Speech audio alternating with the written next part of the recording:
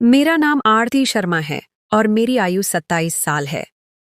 मेरा जन्म एक प्रतिष्ठित ब्राह्मण परिवार में हुआ।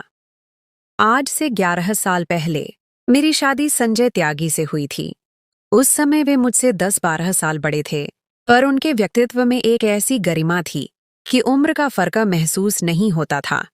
मैं रूप रंग में साधारण से बेहतर थी, जबकि संजय मुझसे कहीं ज्यादा आकर्षक और शक्तिशाली पुरुष थे। उनकी आयु मुझसे अधिक लगती थी, लेकिन उनका प्रभावशाली अंदाज उन पर बहुत जंचता था। संजय एक सरकारी अफसर हैं और उनकी पोस्टिंग हमेशा से दिल्ली में रही। हमारे घर में 3 नन्हे फरिश्ते हैं, जो हमारे जीवन का केंद्र हैं। शादी के 2 साल बाद जब मैं पहली बार मां बनी, तो पूरे परिवार में खुशी का माहौल था, लेकिन इस खुशी की कीमत मुझे अपनी शादीशुदा जिंदगी की तन्हाई से चुकानी पड़ी। संजय मुझसे हफ्ते में सिर्फ एक बार मिलने आते थे, और यह भी धीरे धीरे कम होता गया। 3 महीने ऐसे ही गुजर गए और फिर वे मेरे करीब आने से भी कतराने लगे। आखिर 9 महीने बाद मैंने एक खूबसूरत बेटे को जन्म दिया।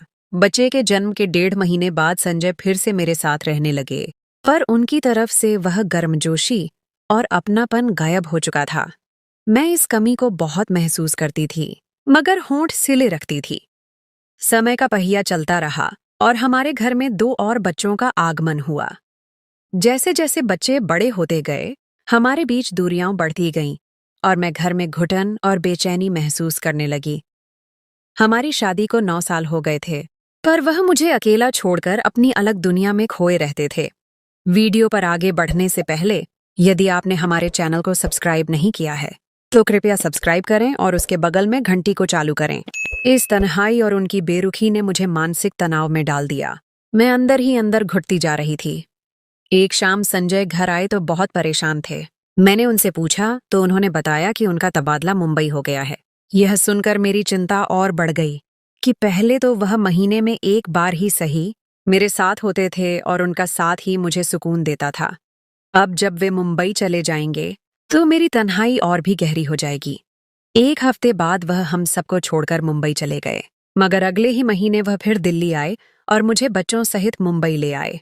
यहाँ उन्होंने एक अच्छा सा फ्लैट किराए पर लिया और बच्चों को एक बेहतरीन सरकारी स्कूल में दाखिल करवा दिया। एक दिन संजय ने कहा, आरती, आज तैयार रहना, हमें शाम को मेरे एक साथी की शादी में जाना है। ये मेरे लिए हैरत की बात थी, क्योंकि इससे पहले मैं परिवार के लोगों के अलावा किसी भी गैर औपचारिक समारोह में नहीं गई थी। मैंने खामोशी से उनकी बात मान ली और तैयार हो गई। हम बच्चों को घर पर ही छोड़कर ऑटो रिक्शा से वर्ली के एक खूबसूरत होटल में पहुंचे। हॉल में स्त्री और पुरुष एक साथ बैठे थे। हॉल के दरवाजे पर संजय ने अपने दोस्त और उनके परिवार से मेरा परिचय करवाया और हम एक अलग मेज पर बैठ गए। खाना खाते हुए एक व्यक्ति अचानक बिना इजाजत हमारी मेज पर आकर बैठ गया। उसकी यह बेतकल्लुफी मुझे बिल्कुल अच्छी नहीं लगी, लेकिन वह व्यक्ति आते ही संजय से बड़े दोस्ताना अंदाज में बातें करने लगा। मैंने खाना छोड़ दिया और अपने चेहरे को साड़ी के पल्लू से ढक लिया। बातों बातों में संजय ने मुझे संबोधित करते हुए कहा, आरती, ये मेरे बॉस शेखर देसाई हैं। शेखर तुरंत बोले, मैं इनका बॉस नहीं हूं। संजय जी, ये तो छोटी सी बात को पहाड़ बना देते हैं। वह व्यक्ति अब भी मुझे गौर से देख रहा था। मैं अब भी नजरें झुकाए खामोश बैठी थी। इसके बाद वह व्यक्ति संजय से बातें करता रहा और 10-15 मिनट बाद उठकर चला गया। आखिरकार समारोह समाप्त हुआ और हम मेजबानों से इजाजत लेकर बाहर निकल आए और सड़क पर रिक्शा का इंतजार करने लगे। कुछ ही देर में एक कार हमारे पास आकर रुकी। उसमें शेखर ही बैठे थे। उन्होंने कहा, संजय जी, कहाँ जाना है? संजय ने कहा, सर, हमें चेंबूर की तरफ जाना है। उस व्यक्ति ने कार का दरवाजा खोलते हुए कहा, आइए, मैं आपको आपके घर छोड़ देता हूँ। संजय ने पहले तो इनकार करते हुए कहा, नहीं सर, आप क्यों तकलीफन कर रहे हैं? हम रिक्शा से चले जाएंगे। मगर उस व्यक्ति ने कहा, तकलीफ कैसी, मैं भी उसी तरफ जा रहा हूँ। संजय ने गाड़ी का पिछला दरवाजा खोला और मुझे बैठने का इशारा किया। मैं हिचकिचाते हुए गाड़ी में बैठ गई और संजय अगली सीट पर बैठ गए। रास्ते में संजय और शेखर दोनों बातों में व्यस्त रहे, जबकि मैं उनकी बातों से बेपरवाह बाहर का नजारा देख रही थी। चेंबूर पहुंचकर उस व्यक्ति ने हमें उतार दिया और जाते हुए संजय से कहने लगा, संजय जी, कभी भाभी को लेकर हमारे घर भी आइए। संजय ने कहा, ठीक है, मगर आप यहाँ तक आ ही गए हैं, इसी गली में हमारा घर है, चाय पीकर जाइए। मगर वह उनकी बात अनसुनी करके चला गया। घर आकर मैंने संजय से कहा, क्या जरूरत थी मुझे इस समारोह में ले जाने की? और फिर अब एक अजनबी के साथ गाड़ी में बिठा दिया। संजय ने कहा। वह अजनबी नहीं था, वह मेरा बॉस था। इस समारोह में सब लोग अपने परिवार के साथ आए हुए थे और मेरे दोस्त ने मुझे भी परिवार के साथ आने को कहा था। मैं अकेला जाता तो सब मुझसे नाराज होते। कुछ दिन गुजरे। एक रात संजय देर से घर आए तो उनके साथ शेखर नामक व्यक्ति भी था। संजय उनके साथ बैठक में बैठ गए और मुझे चाय लाने को कहा। मैंने चाय तैयार की और बैठक के अंदरूनी दरवाजे से संजय को आवाज दी कि चाय ले लीजिए, लेकिन उन्होंने मुझे कहा कि अंदर ही ले आओ। मुझे यह सुनकर बहुत हैरानी हुई क्योंकि मैं कभी भी किसी मेहमान की मौजूदगी में बैठक में नहीं गई थी। खैर, मैं उनके आदेश पर अपना दुपट्टा संभालकर चाय अंदर ले गई। मुझे महसूस हुआ कि शेखर मुझे लगातार घूर रहा था। मैं चाय रखकर तुरंत ही वापस आ गई। दोनों देर तक बैठे बातें करते रहे। 10-15 मिनट बाद संजय मेहमान को विदा करके कमरे में आ गए। मैंने उनसे झुंझलाकर पूछा, आपने मुझे क्यों अंदर बुलाया था? वे कहने लगे, यह मुंबई है और अगर यहाँ हमें रहना है तो सभी लोगों की तरह ही रहना पड़ेगा, वरना सब लोग हमसे मिलना जुलना छोड़ देंगे। और हाँ, शेखर साहब मुझे अपने घर खाने की दावत दे गए हैं। बताओ, किस दिन चलें? मैंने कहा कि मुझे नहीं जाना किसी शेखर के घर, लेकिन संजय ने खुद ही कहा कि अगले रविवार को चलेंगे और तुम भी मेरे साथ चलोगी? मैं खामोश रही। रविवार के दिन संजय ने सुबह 10 बजे कहा कि जल्दी से तैयार हो जाओ, आज हमें दोपहर का खाना शेखर साहब के यहाँ खाना है। मैंने इनकार किया तो कहने लगे, मुझे कुछ नहीं सुनना, तुम जल्दी से तैयार हो जाओ। मैं बेमन से कपड़े बदलकर उनके साथ चल दी। हम रिक्शा लेकर शेखर साहब के घर चले गए। वहां पहुंचे तो एक नौकर ने दरवाजा खोला और हमें एक कमरे में बिठाकर बताया कि शेखर साहब अभी घर पर नहीं हैं, थोड़ी देर में आ जाएंगे। थोड़ी देर बाद शेखर साहब भी घर आ गए और हमारे पास आकर बैठ गए। मैं ये बात नोट कर रही थी कि शेखर बार बार मेरी तरफ देखता और मुझे घूरता था। मैं खामोशी से बैठी रही। बातों बातों में शेखर ने कहा, भाभी, लगता है आप यहाँ सहज महसूस नहीं कर रही हैं। मैंने इनकार में सिर हिलाया तो वह कहने लगे, फिर आप अभी तक क्यों खामोश हैं? मेरे घर में कोई महिला नहीं है, इसलिए मुझे ही आपको साथ देना पड़ेगा। आप इसे अपना ही घर समझिए। अच्छा, आप बताइए, मुंबई आकर कैसा लग रहा है? मैंने बोला। पहले तो बहुत अकेला महसूस किया, लेकिन अब काफी हद तक आदत हो गई है। इस बार मेरी बजाय संजय ने जवाब दिया, नहीं सर, ऐसी बात नहीं है, मजबूरी है, वरना मेरा बस चले तो 1 मिनट भी मुंबई में न ठहरूं। अब फिर शेखर ने मुझे संबोधित करते हुए कहा, भाभी, क्या संजय आपको घूमने फिरने भी लेकर गए हैं? मैंने कहा, नहीं, मैंने खुद ही कभी उनसे नहीं कहा, और वैसे भी मेरी आदत ही ऐसी है कि कम ही घर से निकलती हूँ। शेखर मेरी तरफ देख रहा था और उसकी आंखें मुझे अब भी मेरे भीतर झांकती हुई महसूस होती थीं। वह बोला, लेकिन भाभी, यह मुंबई है, यहाँ के माहौल में ढलने के लिए यहाँ के हिसाब से रहना पड़ेगा। मैं फिर खामोश हो गई। खाने के बाद हम फिर उसी कमरे में आ बैठे जहां आकर संजय ने शेखर से कहा कि कभी हमारे घर भी आइए खाना खाने। उसने कहा, ठीक है, किसी दिन कार्यक्रम बनाएंगे। शेखर मुझे बार बार घूर रहा था। बातों बातों में शाम के 4 बज गए। अब संजय ने शेखर से इजाजत ली तो शेखर अंदर से 2 पैकेट उठाकर लाए और मुझे थमा दिया और कहा कि भाभी, ये मेरी तरफ से आपके लिए तोहफा है, आज पहली बार मेरे घर आई हैं, और एक पैकेट संजय के हाथ में दे दिया। संजय ने पैकेट पकड़ते हुए कहा, सर, इसकी क्या जरूरत थी? शेखर बोला, नहीं यार, आप लोग पहली बार मेरे घर आए हो, फिर मालूम नहीं जिंदगी कहाँ ले जाए। इसके बाद शेखर हमको घर तक छोड़ने आया और घर के दरवाजे तक छोड़कर खुद चला गया।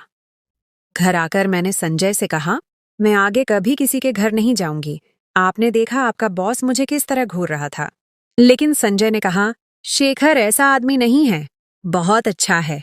दफ्तर में मुझे कभी भी महसूस नहीं होने दिया कि मैं उसका मातहत हूं और तुमको बेवजह ही ऐसा लग रहा है। इसके बाद संजय ने 3 पैकेट खुद ही खोल दिए।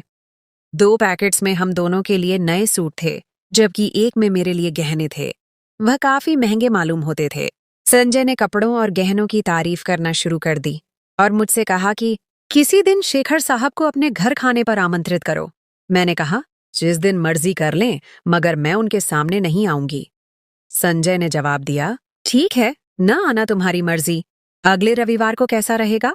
मैंने कहा, ठीक है। संजय शुक्रवार के दिन गोश्त और कुछ फल वगैरह घर ले आए और कहा कि परसों शेखर साहब आ रहे हैं और तुम अच्छा सा खाना पकाना। रविवार के दिन सुबह ही मैंने भुना गोश्त, रोस्ट और शोरबा जैसे पारंपरिक व्यंजन बनाना शुरू कर दिए। 12 बजे के करीब शेखर हमारे घर आ गए। मैंने पारंपरिक चाय उनके लिए तैयार करके अपने बड़े बेटे के हाथ बैठक में भिजवा दी। उसे पीने के बाद खाना भी भिजवा दिया। शेखर साहब 3 बजे के करीब घर से चले गए। इसके बाद संजय अंदर आए और कहने लगे, तुम बैठक में क्यों नहीं आई? मैंने कहा, मैंने पहले ही आपको बता दिया था कि मैं किसी के सामने नहीं आऊंगी।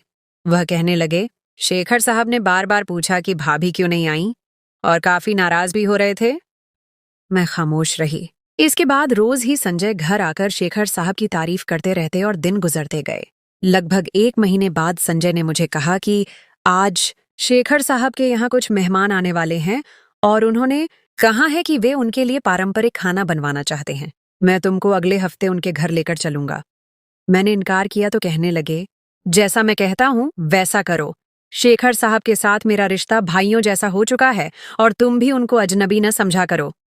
खैर, मैं शनिवार के दिन सुबह संजय के साथ शेखर के घर चली गई। शेखर घर में ही मौजूद थे। उन्होंने मुझे रसोई में सामान देकर खुद दोनों गाड़ी पर बैठकर दफ्तर चले गए। दोपहर के समय संजय का फोन आया। उन्होंने मेरा हालचाल पूछा और मुझे पारंपरिक व्यंजन अच्छी तरह से तैयार करने की हिदायत देने लगे। 1:30 बजे के करीब दरवाजे पर घंटी बजी। नौकर ने दरवाजा खोला और शेखर अंदर आ गए। वह सीधे रसोई में ही आ गए और मुझे संबोधित करते हुए कहने लगे कि भाभी, जैसा खाना अपने घर में खिलाया था वैसा ही होना चाहिए। मैं उनके पीछे देखने लगी कि संजय भी उनके साथ ही होंगे, पर वह अकेले थे। मैंने उनसे संजय के बारे में पूछा तो कहने लगे कि मैं तो किसी दफ्तरी काम के सिलसिले में यहाँ आया था, सोचा घर का चक्कर लगा लूं, किसी चीज की जरूरत तो नहीं है। संजय अभी दफ्तर में है, मुझे भी जाना है, शाम को साथ ही आ जाएंगे। वह आगे बोले, और हाँ भाभी, मुझे बहुत जोर की भूख लगी है, अगर कोई डिश तैयार हो गई हो तो मुझे थोड़ा सा खाना दे दीजिए। यह कहकर शेखर ने नौकर को बाजार से सामान लाने के लिए भेज दिया और खुद रसोई के दरवाजे पर ही खड़े हो गए। मुझे बहुत अजीब महसूस हो रहा था। वह लगातार मुझे घूर रहे थे, जिसकी वजह से मेरे हाथ कांपने लगे। मैंने एक प्लेट में रोस्ट का एक टुकड़ा रखकर उनको दिया तो वह वहीं पर खड़े होकर खाने लगे। वाह भाभी वाह, आपने तो कमाल कर दिया, कितना स्वादिष्ट खाना है। कमाल है भाभी, आपके हाथ में तो जादू है, जादू। आप जितनी खुद खूबसूरत हैं उतने अच्छे व्यंजन भी तैयार करती हैं। मैं पहली बार किसी पुरुष से अपनी तारीफ सुन रही थी और मुझे अजीब लग रहा था। इससे पहले संजय ने कभी मेरी तारीफ नहीं की थी। शेखर ने फिर मुझे संबोधित करते हुए कहा, भाभी, आपको मेरी तरफ से दिया हुआ सूट और गहने कैसे लगे? मेरे ख्याल से वह आप पर बहुत फबेंगे। वैसे आप गहनों के बिना भी बहुत खूबसूरत हैं, लेकिन वह गहने आपकी सुंदरता में 4 चांद लगा देंगे। मैं लगातार खामोश थी और अपनी तारीफ सुनकर मेरे हाथ पांव सुन्न हो रहे थे। कोई अजनबी पहली बार इस तरह मेरे साथ बातें कर रहा था। थोड़ी देर बाद शेखर चले गए और शाम को संजय के साथ घर आ गए। शेखर का नौकर हम दोनों को घर छोड़कर वापस आ गया। घर जाकर मैंने सोचा कि संजय को सब कुछ बता दूं, पर मालूम नहीं क्यों खामोश रही। अगले दिन शेखर का फोन आया और कुछ बातें करने के बाद संजय ने फोन मुझे दे दिया। दूसरी तरफ शेखर था। भाभी, आपने तो कमाल कर दिया। मैंने तो कल ही कह दिया था कि आपके हाथ में जादू है। मेरे दोस्त यूके से आए हुए थे, बहुत तारीफ कर रहे थे। मैं खामोशी से उसकी बातें सुनती रही। अब अक्सर शेखर का फोन आ जाता और संजय मुझे फोन थमा देते। मैं मजबूरी में थोड़ी बहुत बात करके फोन बंद कर देती। एक दिन रात को संजय और मैं बैठे हुए थे। संजय ने मुझे कहा कि आरती, शेखर साहब मेरी दिल्ली में ट्रांसफर करा सकते हैं। मैं खामोश रही। उन्होंने फिर मुझे संबोधित किया और बोला, तुम यह काम कर सकती हो? मैंने कहा, मैं कैसे कर सकती हूँ? तुम कर सकती हो और वह तुम्हारी बात नहीं टालेंगे। आप यह क्या कह रहे हैं? मैं ठीक कह रहा हूँ। संजय ने यह कहते हुए अपने मोबाइल से शेखर को फोन मिलाया और स्पीकर ऑन करके मुझे थमा दिया और कहने लगे कि इनसे अभी सिर्फ हालचाल ही पूछना। मैंने न चाहते हुए भी फोन कान को लगा लिया। तीसरी या चौथी घंटी पर शेखर ने फोन उठा लिया। मैं आरती बोल रही हूँ। जी, क्या हाल है भाभी? ठीक हूँ, आप कैसे हैं? मुझे फोन कर लिया बस ऐसे ही? क्या संजय सो रहे हैं? नहीं, अच्छा, बाहर गए होंगे तो आपने सोचा कि मुझे फोन कर लें। मैं भी काफी दिन से चाह रहा था कि कभी अकेले में बात हो, पर मौका ही नहीं मिल रहा था। आपकी तारीफ करने को दिल चाहता था और संजय के सामने मैं करना नहीं चाहता था। मालूम नहीं क्या सोचेंगे। ये सब बातें संजय भी सुन रहा था। शेखर फिर बोला, संजय को तो आपकी कद्र ही नहीं होगी जितनी आप खूबसूरत हैं। और एक बात मैं आपसे और पूछना चाहूंगा, अगर आप बुरा ना माने तो। क्या, पूछिए। संजय तो आपसे उम्र में बहुत बड़े लगते हैं और उनकी सेहत भी इतनी अच्छी नहीं है, पर आप तो अभी तक जवान हैं। क्या संजय आपको संतुष्ट कर देते हैं? मैं शेखर से इस तरह की बात की उम्मीद नहीं कर रही थी। मैंने तुरंत फोन बंद कर दिया और सवालिया नजरों से संजय की तरफ देखने लगी, जो मुझसे नजरें चुरा रहे थे। थोड़ी देर बाद मुझसे बोले, तुम दोबारा शेखर साहब को फोन करो और उनके साथ ऐसी ही बातें करो जैसी वह कर रहे हैं। यह ऐसे ही काम करेगा। मुझे पहले ही पता था। नहीं, मैं नहीं कर सकती। नहीं, तुम करो। सिर्फ फोन ही तो करना है। नहीं संजय, मैं नहीं कर सकती। तुमको करना ही होगा। अब की बार संजय का लहजा सख्त और अंदाज हुक्मिया था। मैंने फोन दोबारा मिलाया और दूसरी तरफ से फोन उठाते ही कहा, कट गया था। मुझे मालूम था आप दोबारा करेंगी। जी, मैंने कुछ आपसे पूछा था। क्या? यही कि संजय आपकी जरूरत पूरी करते हैं? क्या? मैंने कहा, जी ऐसी बात नहीं है। तो उसने कहा, मुझे मालूम है। वह बोला, तुमसे क्या मोहब्बत करता होगा आरती। जिस दिन से तुमको देखा है दिल चाहता है तुमको जी भर के प्यार करूं। मैंने तुम्हारे जैसी खूबसूरत लड़की आज तक नहीं देखी। जी, देखिए आप ऐसी बातें क्यों कर रहे हैं? तो कैसी बातें करूं? आप कोई और बात कर लीजिए। मेरे जहन में तो जो बात होगी मैं तो वही करूंगा। जी, मैंने तो इसलिए फोन किया था कि संजय की ट्रांसफर करा दें। जी, मुझे मालूम है, लेकिन मैं जानबूझकर ऐसा नहीं होने दे रहा। मैं तुमको खुद से दूर नहीं होने देना चाहता। जी, हमें बहुत परेशानी है। आपको मालूम नहीं है? मुझे मालूम है। मैं एक शर्त पर ऐसा कर सकता हूँ। क्या शर्त? तुमको मेरे घर आना होगा। जी, मैं कैसे आ सकती हूँ? अगर संजय को मालूम हो गया तो वह मुझे जान से मार डालेंगे। नहीं मारेगा। जैसे मुझे फोन कर रही हैं वैसे खुद आ जाना। उसे कैसे मालूम होगा? किसी दिन सुबह ही आ जाना। संजय ऑफिस गया होगा और उसके वापस घर आने से पहले मैं आपको वापस घर छोड़ दूंगा और आप बच्चों को कह देना कि आप बाजार गई थीं। मैं खामोश हो गई। ठीक है, सोचकर कल बता देना। मैं आपके फोन का इंतजार करूंगा। ये कहकर उसने फोन बंद कर दिया। मैंने फोन संजय को पकड़ाया और खींच भरे लहजे में उससे कहा कि देख लिया, किस जहन का बंदा है। और आप कहते हैं कि ऐसा वैसा बंदा नहीं है और मेरा इसके साथ भाइयों जैसा रिश्ता है। संजय कुछ देर खामोश रहने के बाद बोले, तुम कल सुबह ही उसके घर चली जाना। क्या कहा? आप पागल तो नहीं हो गए? मैंने कभी भी इससे पहले संजय के साथ इस तरह बात नहीं की थी, मगर आज उनकी बात सुनकर न जाने कैसे मेरे मुंह से यह शब्द निकल आए। कुछ भी नहीं होगा, एक बार मेरी ट्रांसफर हो जाए, मुझसे ये सब नहीं होगा। प्लीज आरती, तुमको यह काम करना ही होगा, मेरे लिए, बच्चों के लिए। तुमको मालूम है यहाँ गुजारा करना मुश्किल हो रहा है। मैं खामोश हो गई और सोचने लगी कि संजय को क्या हो गया है और वह मुझे किस काम के लिए कह रहे हैं। कुछ मिनट बाद संजय कहने लगे कि मैं शेखर को फोन मिला रहा हूँ, तुम उससे कहो कि मैं कल सुबह आपके घर आना चाहती हूँ। मैंने ना कहा, लेकिन संजय ने यह कहते हुए फोन मिलाकर मेरे हाथ में थमा दिया कि कुछ नहीं होता। दूसरी तरफ से तुरंत ही फोन उठा लिया गया। जी, आरती, शेखर साहब, मैं कल सुबह आपके घर आना चाहती हूँ। बहुत बढ़िया, मैं आपको सुबह 9:30 बजे उस वक्त आपके घर से ही ले लूंगा, जब संजय दफ्तर के लिए निकल जाएंगे और आपके बच्चे स्कूल जा चुके होंगे। ये कहते ही शेखर ने फोन बंद कर दिया। मैंने फोन संजय को दिया और उनकी तरफ सवालिया नजरों से देखने लगी, लेकिन वह भी शर्मिंदा से थे। उन्होंने नजरें चुराते हुए कहा, आरती, मेरी खातिर एक बार, सिर्फ एक बार। मुझे मालूम है कि यह काम ठीक नहीं है। अगर किसी को इसकी भनक भी पड़ गई तो हम जी नहीं सकेंगे, पर सिर्फ एक बार। मैं खामोश रही और लेट गई। सारी रात मुझे नींद नहीं आई। मैं जाने किन सोचों में डूबी रही। सुबह 7 बजे मैं उठी तो साथ ही संजय भी उठ गए। एक बार फिर कहने लगे, प्लीज आरती, एक बार, किसी तरह ट्रांसफर दिल्ली होनी चाहिए, इसके लिए तुम कुर्बानी दो। मैं खामोश रही और बात पर पानी फेरकर चाय बनाने रसोई में चली गई। वापस आई तो संजय घर से जा चुके थे। मैंने बच्चों को नाश्ता दिया और उनको स्कूल भेजकर कपड़े पहनने लगी। ठीक 9:30 बजे वह मुझे लेने आ गया और मुझे लेकर अपने घर की तरफ रवाना हुआ। घर पहुंचकर उसने मेरा हाथ पकड़कर मुझे अंदर ले गया। मैं सोफे पर बैठ गई तो वह मेरे सामने बैठ गया और बातें करने लगा। तुम वाकई बहुत खूबसूरत हो और तुम्हारे मुकाबले में संजय कुछ भी नहीं है। ये तो बंदर को लड्डू मिलने वाली बात है। मैं लगातार खामोश थी और मेरी खामोशी पर वह सामने से उठकर मेरे करीब आ बैठा और उसने मेरे गले में हाथ डाल दिया। इस स्पर्श ने मुझे अंदर तक हिला दिया। मैं तुरंत उठकर एक तरफ हो गई और आंखें फाड़कर उसे देखा। यह क्या बदतमीजी है शेखर साहब? मेरी आवाज में वह गुस्सा था जो बरसों से अंदर दबा हुआ था। वह हंसकर बोला, क्या बदतमीजी? मोहब्बत करना बदतमीजी है। मोहब्बत? मैंने कहा, आप इसे मोहब्बत कहते हैं, यह तो हवस है। मैं एक शादीशुदा औरत हूँ, 3 बच्चों की माँ हूँ। आपकी यह हिम्मत कैसे हुई? शेखर का चेहरा लाल हो गया। उसने गुस्से से कहा, यह सब संजय ने ही तो करवाया है। वह चाहता है कि उसकी ट्रांसफर हो जाए।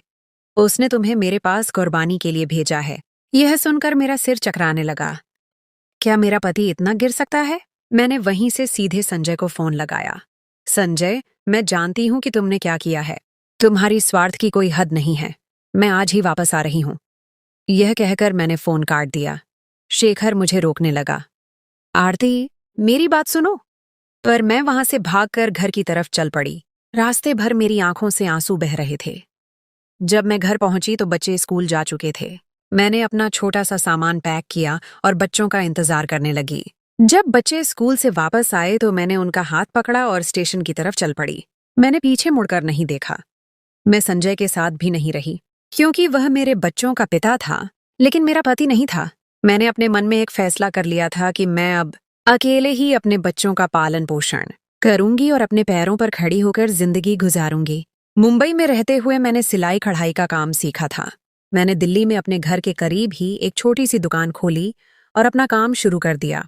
शुरू में मुश्किलें आईं, लेकिन मैंने हिम्मत नहीं हारी। आज मैं एक आजाद और मजबूत महिला हूँ। मैंने न सिर्फ अपने बच्चों को अच्छी शिक्षा दी, बल्कि मैंने कई दूसरी महिलाओं को भी अपने काम से जोड़कर उनको आत्मनिर्भर बनाया। संजय ने कई बार मुझसे संपर्क करने की कोशिश की, पर मैंने हर बार इनकार कर दिया। मैंने उसे माफ नहीं किया, न उसकी बेईमानी को और न ही उसके दिए हुए धोखे को। मेरी जिंदगी का प्रकाश अब मेरे प्रीत में नहीं, बल्कि मेरे अपने इरादे और मेरी हिम्मत में था। मैं अब सिर्फ आरती नहीं थी, बल्कि एक नई, स्वाभिमानी और अपने बच्चों की माँ थी, जो अपने दम पर जी रही थी।